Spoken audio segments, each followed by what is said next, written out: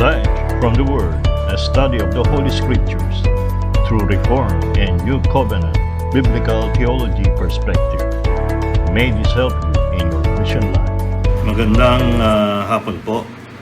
Tayo po ay nagpapatuloy sa Job 31 at meron po tayong tatlong highlights para maintindihan natin yung kabanatang ito. Okay? Job 31 is one of the most powerful chapters in the entire book of Job. Here, Job is not showing off. He's just speaking like a man in a court of law. If in Job 29, Job is remembering his former honor, and Job 33 is Job describing his present humiliation, then Job 30 is final sworn statement, his last appeal before God. It is as if Job is saying, Lord, if you want to accuse me, let's do it properly. Let's put it on record. Let's put it in writing. Let me swear before heaven. And in this chapter, Job does something very bold. He lists the sins he did not commit. He calls on God as his witness. Kung sabihin, maaaring pinaparatangan siya ng mga ginawa niyang mga bagay na ito, pero sinabi na niya na hindi niya nagawa o magagawa ang mga bagay na ito. Unang highlights ay verse 1 to 4 ng Job.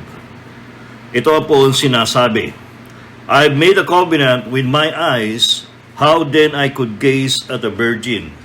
What would be my portion from God and my heritage from the Almighty on high? Is not the calamity for the unrighteous and disaster for the workers of iniquity? Does he not see my ways and number all my steps? Ito yung mga most famous verses ni Job.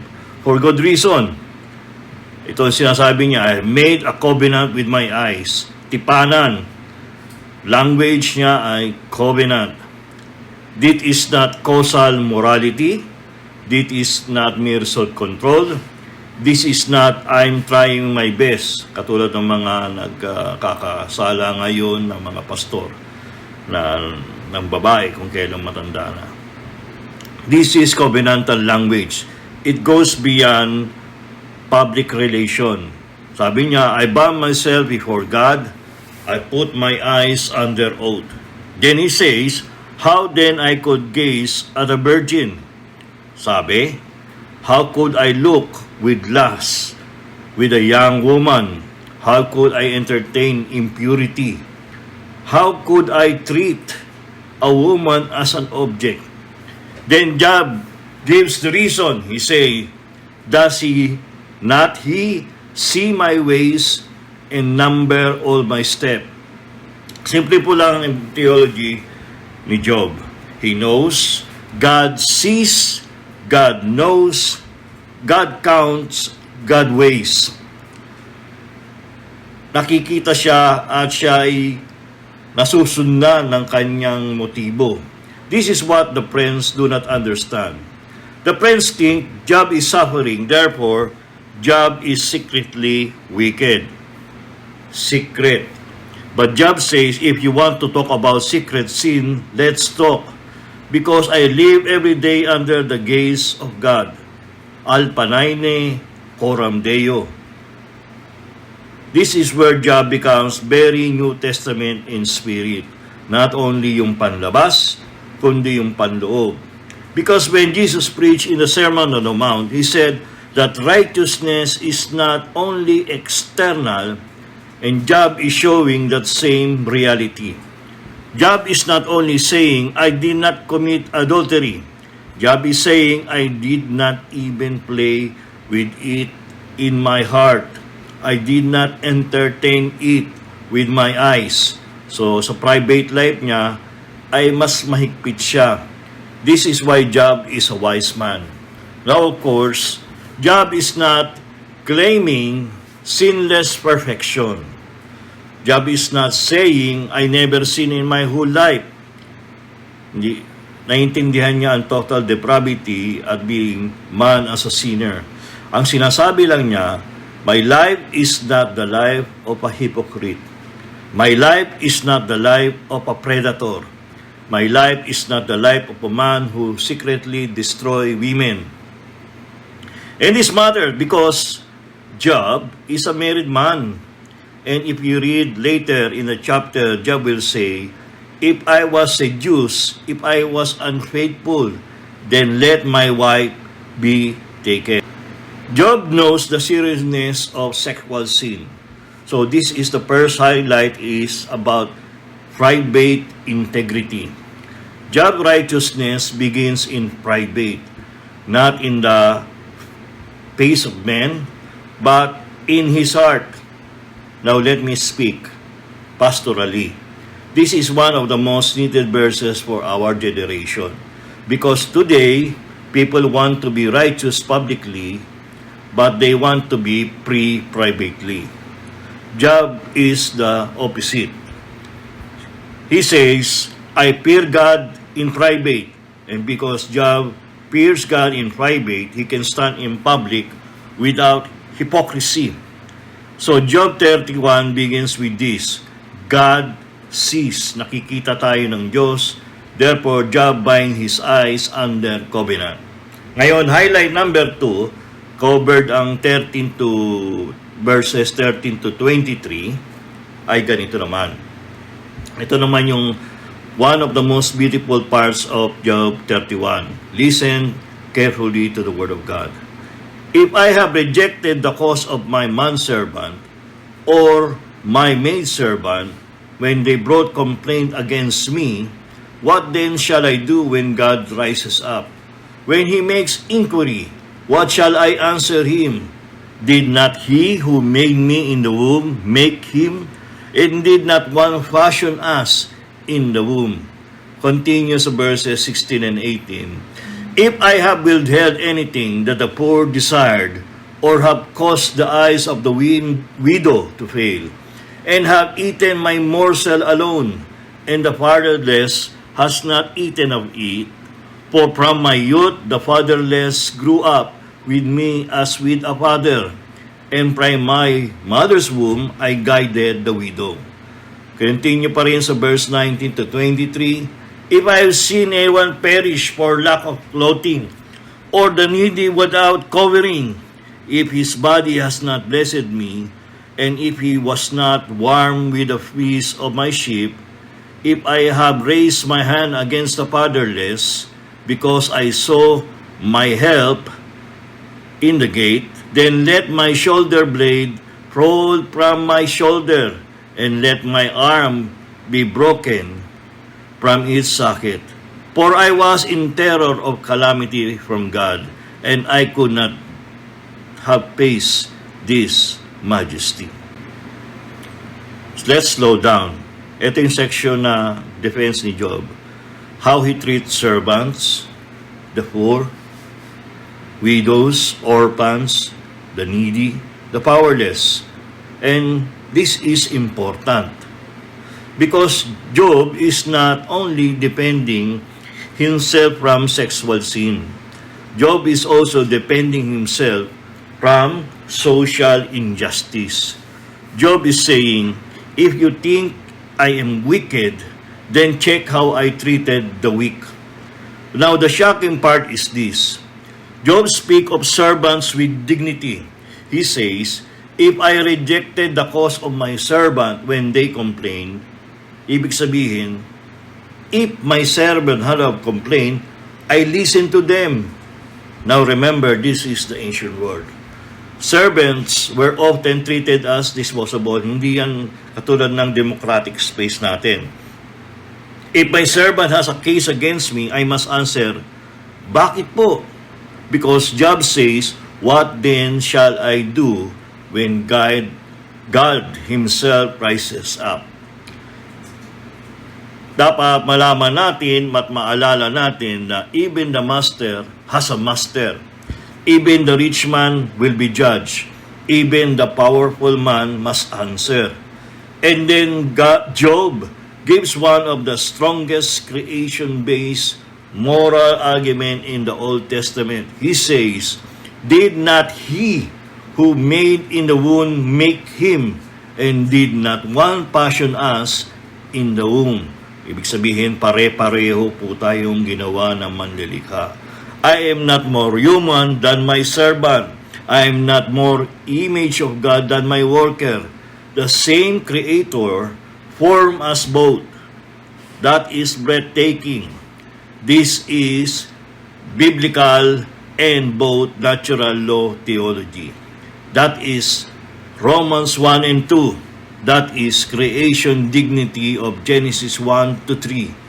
Now Job goes further. He says, if I withheld what the poor desired, if I caused the widow's eyes to fail, if I ate alone while the orphan had nothing, Job is saying, I did not live a selfish life.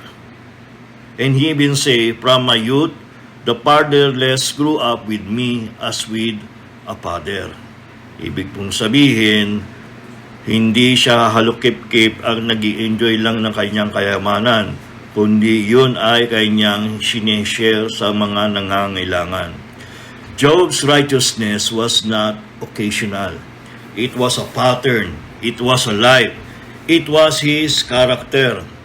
Now, this is more important for the whole book of Job, because the friends accused Job, your suffering proves you are wicked. But Job say, my life does not match your jury, your accusation against me. And here's a deeper theological point. Job is showing that true righteousness is not only doctrinal, mental. True righteousness is also compassion, justice, generosity, protection of the weak, fairness in authority, kindness in power. Sabi nga, nakikita ang totoong karakter natin pag tayo ay nasa position of power, of richness. Hindi yung tayo ay nakatabi lang. Now for our situation, we apply this in our modern life. Because in every generation, there are people who want to be religious, but they are cruel to workers. Mga mano-mano lang ang trabaho, manual laborers. There are people who want to be spiritual, but exploit the poor. There are people who want to be church people, but they don't care about widows and orphans, the most vulnerable of them all. Job is saying that is not righteousness. Righteousness is fear God plus integrity plus justice plus mercy. And Job ends this section with a very strong statement. He says, I was in terror of calamity from God, and I could not have faced His majesty. Sipin nyo, siya'y matuwid, pero alam niya na dapat katakutan ang Diyos. Andun siya dahil ang kanyang majesty is something so holy that no sinner can face, can approach. Job's compassion is not sentimental. Job's compassion is rooted in the fear of God. He knows that God is a just judge. So Job 31 is not so. It is strong. It is a man saying, God sees how I treat the weak, so I dare not oppress them. And finally, ang ating highlights number 3 covering verses 24 to 37 ay yung climax. This is where Job deals with idolatry, hypocrisy, revenge, and finally his demand for God's answer. Job 31, 24 to 28. If I have made gold my trust, and fine gold my confidence, if I have rejoiced because my wealth was abundant, or because my hand had found much, if I have looked at the sun when it shone, or the moon moving in splendor, and my heart has been secretly enticed, and my mouth has kissed my hand, this also will be an iniquity to be punished by the judges, for I would have been false to God above. Job is saying, if I trusted in money, I was an idolater. The love of money is the root of all evil. And he is saying, if I worship the sun or moon, I was an idolater. Now we must understand. John lived in a world where many people worship wealth, the sun, the moon, the stars, nature, power, success. Sounds like sa ating panahon, may dagdag nga lang. But Job says, I did not worship creation. I only worship the Creator. Then Job continues, verse 29 to 30, if I have rejoiced at the ruin of him who hated me, or exulted when evil overtook him, I have not let my mouth sin by asking for his life with a curse. Ibig pong sabihin, hindi po siya nag-gloat sa kanyang enemies. Hindi siya natutuwa kung ang mga kalaban niya ay nalalagay sa sitwasyong hindi maganda. Job says in verses 33 to 34, if I have concealed my transgression as others do, by hiding my iniquity in my heart, because I stood in great fear of the multitude, and the contempt of families terrified me, so that I kept silence and did not go out of the door.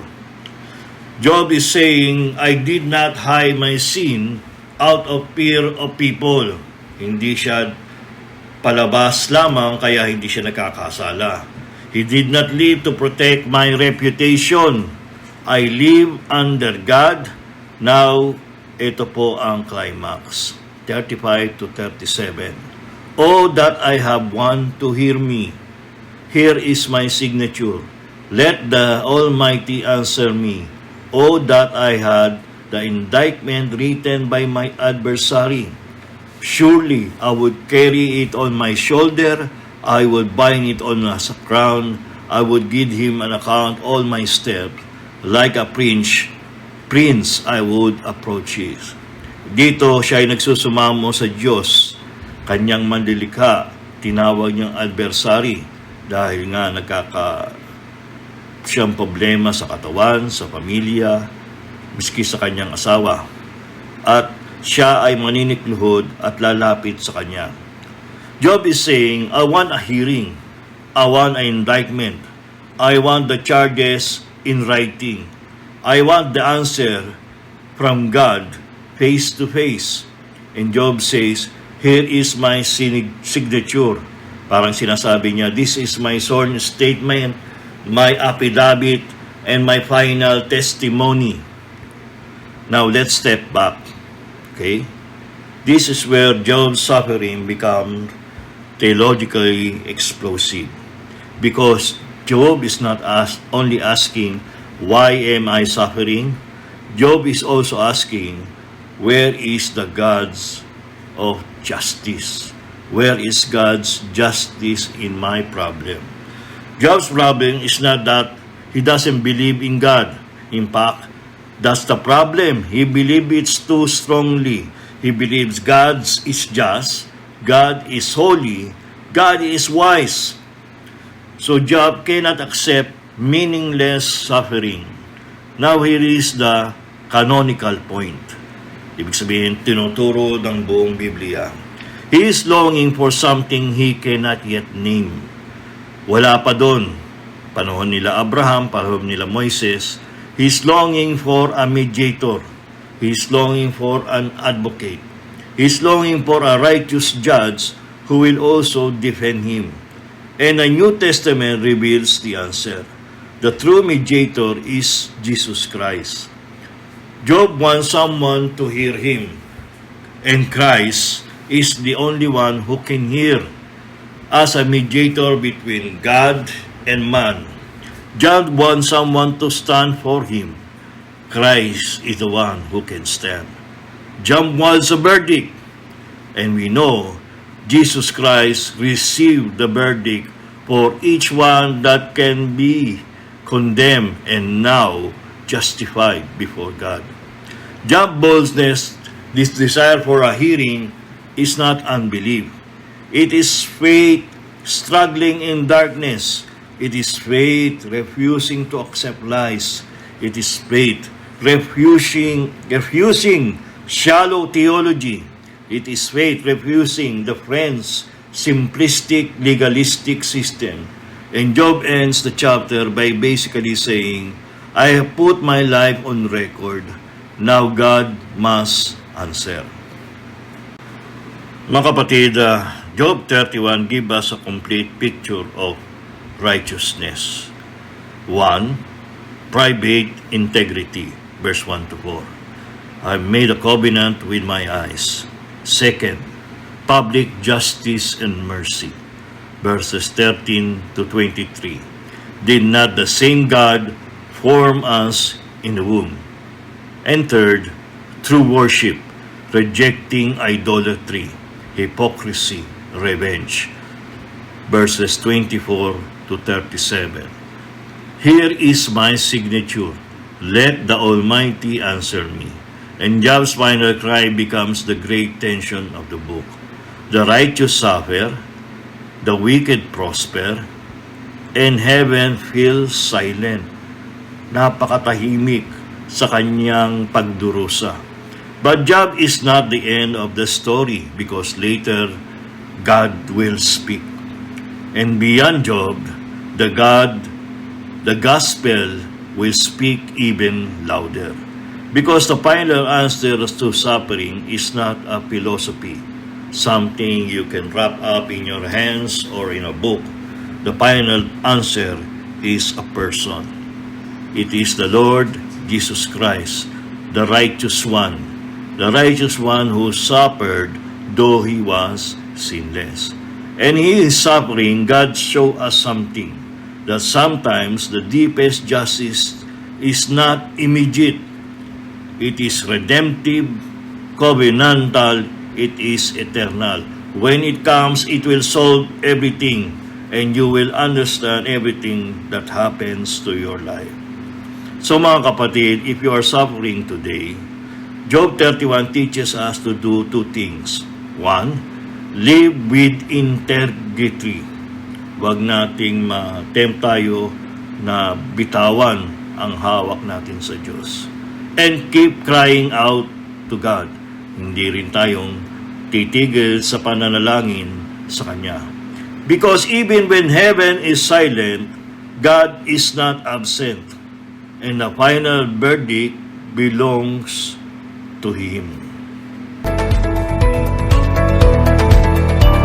Please don't forget, subscribe and share.